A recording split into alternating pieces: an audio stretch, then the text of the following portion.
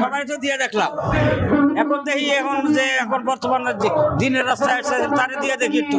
বাংলাদেশকে বর্তমানে পরিচালনার জন্য বাংলাদেশ জামাত ইসলামী একমাত্র প্রযোজ্য, তাছাড়া বাংলাদেশের পরিবর্তন আর কেউ করতে পারবে না। জন্মলগ্নতে বিএনপি সমর্থন করতাম, কিন্তু জুলাই অভ্যর্থনের পরে বিএনপির যে কর্মকাণ্ড সেই জন্য আমরা ক্ষুণ্ণ। তার জন্য আমাদের ভোট এবার ডক্টর শফিকুর রহমানকে গাড়ি পাল্লা মার্কায় মনে করেন। এই যে বিভিন্ন জায়গায় বিভিন্ন অকারণের কথা আমরা প্রকাশ পাই, শুনি, এই জন্য আমরা ব্যক্তিগতভাবে মন যেখানে চাই সেখানে ভোট দিব, গাড়ি পাল্লায় ভোট দেওয়ার নিয়ত করছি। বাংলাদেশকে বর্তমানে পরিচালনার জন্য বাংলাদেশ জামাত ইসলামী একমাত্র প্রযোজ্য, তাছাড়া বাংলাদেশের পরিবর্তন আর কেউ করতে পারবে না।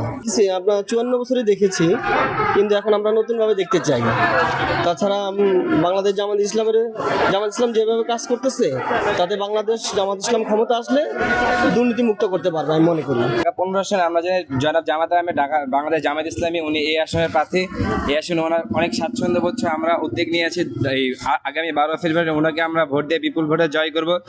আমরা জানি একটি দল আছে যারা দুর্নীতি, চাঁদাবাজি, সন্ত্রাসী কার্যক্রমে লিপ্ত আছে, এবং আমরা জানি সে দলটি কারা, তারা কি করছে, এগুলো আমরা দেখতেছি। গত 1.5 বছরে তারা যা করেছে তা আমাদের সরজমিনে আমাদের দেখা।